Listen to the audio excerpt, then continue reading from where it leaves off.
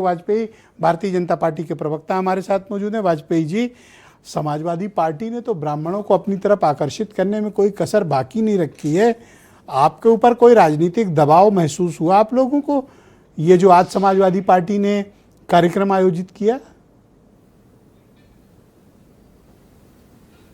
देखिए ब्रजेश जी, पहली बात तो यह है कि ब्राह्मण वोट बैंक नहीं है। 14% है, इसलिए समाजवादी पार्टी की निगाह जा रही है कि मुस्लिम के बाद यदि ब्राह्मण को जोड़ लिया जाए तो सत्ता की प्राप्ति हो सकती है। पर ब्राह्मण वोट बैंक नहीं है। आपने बताया अपने उद्बोधन में कि ब्राह्मण बुद्धिमान है, ब्राह्मण परोपकारी है, परहितकारी है, लोकहितकारी है और सबसे बड़ा राष्ट्र चिंतक है और सनातन का वाहक है।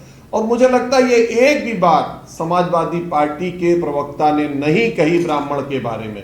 मुझे लगता है कहते हैं अखिलेश यादव जी शुभचिंतक है, जिस नीरज मिश्रा की हत्या हुई कन्नौज में, मुझे लगता है उसी पे माफी मांग लेनी चाहिए, उसी पे आगे अफसोस जाहिर कर देना चाहिए कि ब्राह्मण के साथ अत्याचार हुआ था कन्नौज में, एक व्यक्ति की हत्या हो गई थी और सीधे सीधे पार्टी का नाम आया था। मुझे लगता है आज तक वो पीड़ा लोगों में, और सनातन का जो लगातार अपमान करते हैं इनके प्रवक्ता, इनके ट्विटर हैंडल, उसके बाद कोई सामने नहीं आता। मुझे लगता है कि जिस समाज की बात कर रहे हैं, जिसकी संख्या इतनी ज्यादा है और वो बुद्धिमान भी है, ये जरूर है कि वो भारतीय जनता पार्टी के साथ पूरी तरह से है, लेकिन कारण उसके अलग है।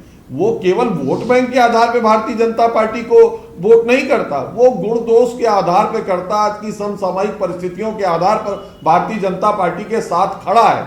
वो एक भी परिस्थिति समाजवादी पार्टी में उसको नहीं दिखती, इसलिए वोट करता है। मैं पूरी तरह से इस बात को जिम्मेदारी से कहना चाहता हूं कि ब्राह्मण समाज वोट बैंक नहीं है। वो समसामयिक परिस्थितियोयों, राष्ट्रहित, लोकहित, परहित और सनातन के वाहक के हिसाब से अपने वोट को मतदान करता है। और वो सारी परिस्थितियां, वो सारी जो मौजूद उसको वाजपेयी जी, लेकिन आपकी सरकार पर ये इल्जाम चस्पा है, वो हमें वोट करता है। समाजवादी पार्टी इस गलतफहमी में नहीं रहना चाहिए कि ब्राह्मण वोट बैंक जी, ब्राह्मण कुछ सवाल जवाब आइए। वोट को आकर्षित करने के लिए उन्हें इन सारी परिस्थितियों से गुजरना पड़ेगा और जिस उद्देश्य से वो पार्टी गठित की है, तुष्टीकरण के सिद्धांत को छोड़ना होगा, सबको लेकर चलना होगा। एकमात्र जिस वर्ग का वोट वो खींचना चाहते हैं उस सबको लेकर। अच्छा, ब्राह्मण समाज में नाराजगी है, अगर ये नाराजगी आपके प्रति नहीं होती तो विपक्षी पार्टियां ये सब चीजें इसको भुनाने का प्रयास क्यों करती?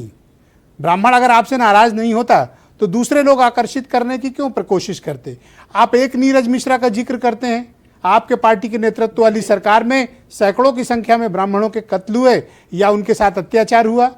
अगर ये मर्मरिंग है, ये आपके बारे में संदेश है कि ब्राह्मण समाज को न्याय नहीं पूर्ण तरीके से मिल पा रहा है, तो इसके लिए आप भी तो दोषी हैं। आपने उनकी नाराजगी दूर करने के लिए क्या किया? नहीं